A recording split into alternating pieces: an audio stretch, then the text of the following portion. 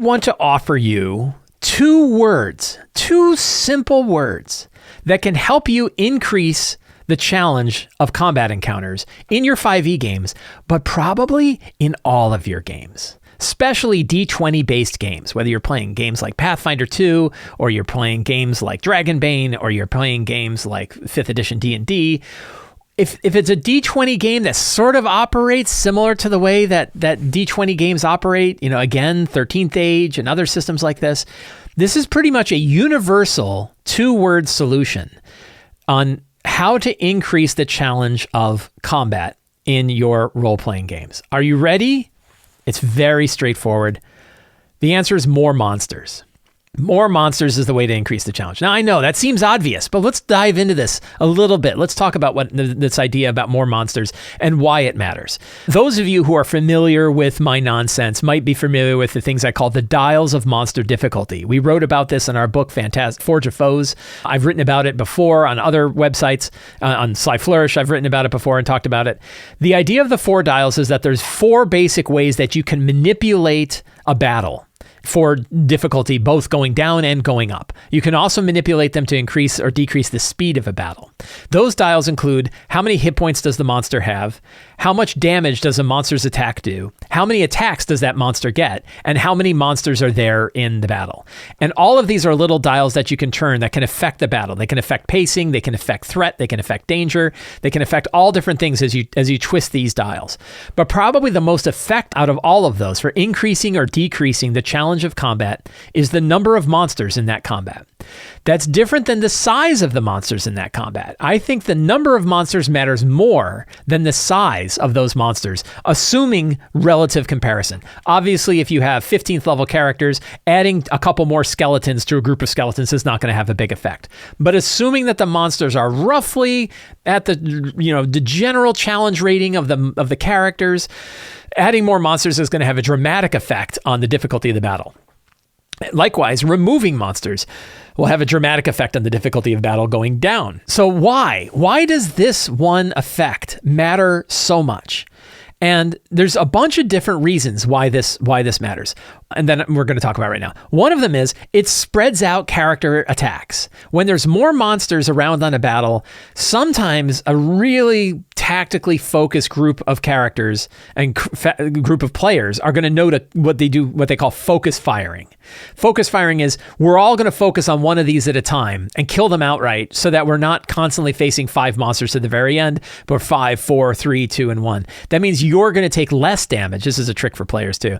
You're going to take less damage because you're going to be removing more monsters from play faster when you all focus your fire on them. However, sometimes you can't do that because of positioning or because of layout or because of the perceived threat, or your players are not super tactically focused. They're spreading damage around. Yes, I would love to attack that one guy over there, but there's 3 guys over here and I can do Burning Hands and hit all 3 of them. So that's actually more damage. So I'm going to do that. So there's reasons why they can't necessarily focus fire on them, which means that characters' attacks and the damage that they're doing is spread out across more monsters than it would be if you have like fewer monsters or even one monster. The other one is it complicates movement and tactics. Because there's multiple monsters out there, it means the characters are going to have to move around in order to get engaged with certain ones. They got brutes up front they got to get away from. You have opportunity attacks, so if you try to move away to attack someone else, you're going to take damage. Having all of those monsters sitting out on a battlefield is going to make the whole physical environment more complicated to operate in, more so than surrounding one monster and beating the hell out of it. So more monsters means that movement and opportunity attacks and other sort of tactical things are going to have a bigger effect because now there's more monsters you have to deal with. A big one is the increase in the action economy. Every monster you add increases the number of total actions that those monsters get. When you have more monsters than characters, that means the monsters are acting more often than the players are. They're getting to do more stuff. Now, maybe those are just the number of attacks that they're doing, but maybe it's things like spellcasting, or maybe it's operating things that are in the environment. They can just do more stuff. And again, when you have a single monster that you just keep making bigger and bigger and bigger, oftentimes that monster's action economy doesn't really go up. Now, you can think, yeah, well, legendary actions do, except the trick about legendary actions is it's not really increasing the action economy. Yeah, they get more actions, but they do less damage because the amount of damage that they do is spread across more actions. So yeah, it means like they're not going to get totally pinned down by not being able to make or missing their one attack, but they're still doing about the same amount of damage they would do if they had fewer attacks. So even solo monsters and legendary monsters really aren't dramatically increasing the action economy, even though they kind of get more actions because their effectiveness is spread across those actions. Where if you're adding monsters, they get all of the effects that they would have as a new monster. And that adds into the total effect. That's why adding more monsters makes the whole battle more dangerous. But having monsters that are able to do more moves, more bonus actions, more stuff inside of a battle is a much bigger effect than making them bigger or giving them more hit points or making their attacks do more damage. It doesn't require customization. Now, I'm big into monster customization. I love reskinning. Of course, my friends Scott Gray and Teo Sabadia and I wrote Forge of Foes with a whole idea about rapidly building monsters very quickly and customizing those monsters to really add fun thematic events to your game on the fly.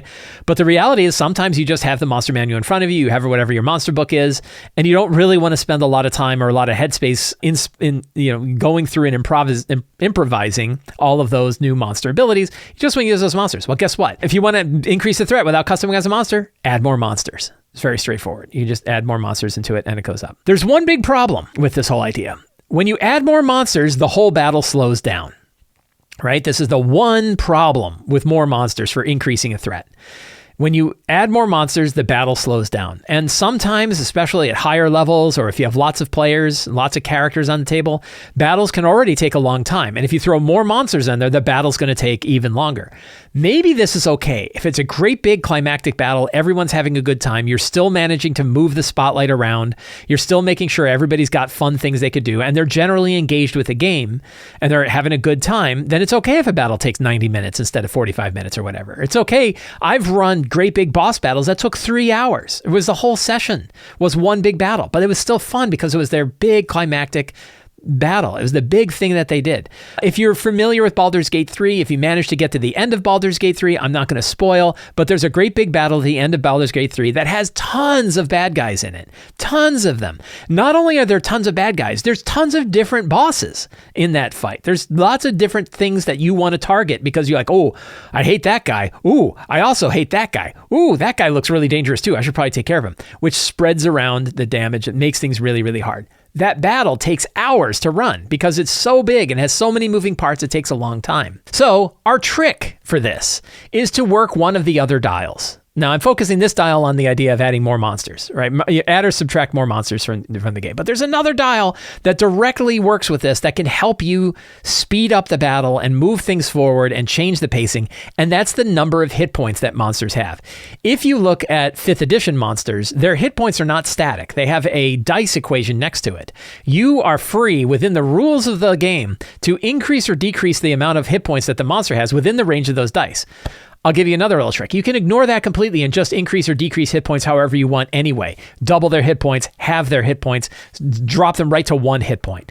I give you are given full permission to modify the hit points of your monsters however you want, whenever you want, as long as it's there to make the game more fun. As long as you're doing it in order to make your players have a good time.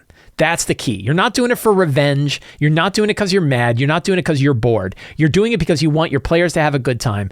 If that good time means increasing the threat so things seem more dangerous, go ahead and tweak that dial up. If it means, hey, the battle's taken a whole long time, the characters have already done a really good job, they got over the excitement, they've managed to turn the tide, maybe you start lowering the hit points so the battle will end sooner. You are totally given permission to do that. It can totally work, and it works just fine.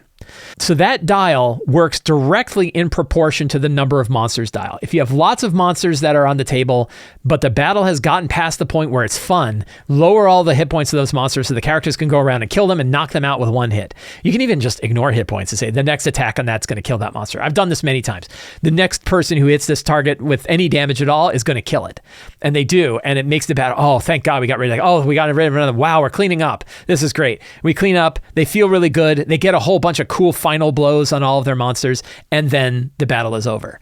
So when you find that increasing the number of monsters makes the battles more threatening, more challenging, and tougher, but the length of time is going up, use that hit point dial. Lower the hit point dial when you need to. You can do it during the battle itself. So your initial guys can be really hard, and the later guys can be really easy. Why? Because you turn that dial, because you're improving the pacing of the game. And pacing of the game is really, really critical to making that game fun.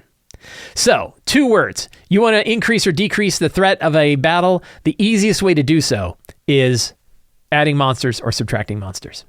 If you enjoyed this show and you like the work that I do, the best way to stay up to date is to subscribe to the Sly Flourish newsletter. It's absolutely free to sign up. You get a free adventure generator for signing up, and you get a RPG email sent directly to your inbox every week that includes tips and links to all of the work that I do, along with an article about whatever that my top topic is for that week. You can also support me directly on Patreon. That gets you access to the Patreon Q&A. It gets you access to things like my Obsidian notebooks, lots of other tools, tips, tricks, online tools to help you run your games, access to the incredible Lazy DM community we have over on Discord, and you help me directly put on shows like this. And you can pick up any of my books, including the Lazy DM's Workbook, the Lazy DM's Companion, Forge of Foes, Return to the Lazy Dungeon Master, and all the fantastic books available on the Sly Flourish bookstore. Links to all of that are in the show notes. Thank you all so much. Have a great day, and get out there and play a role-playing game.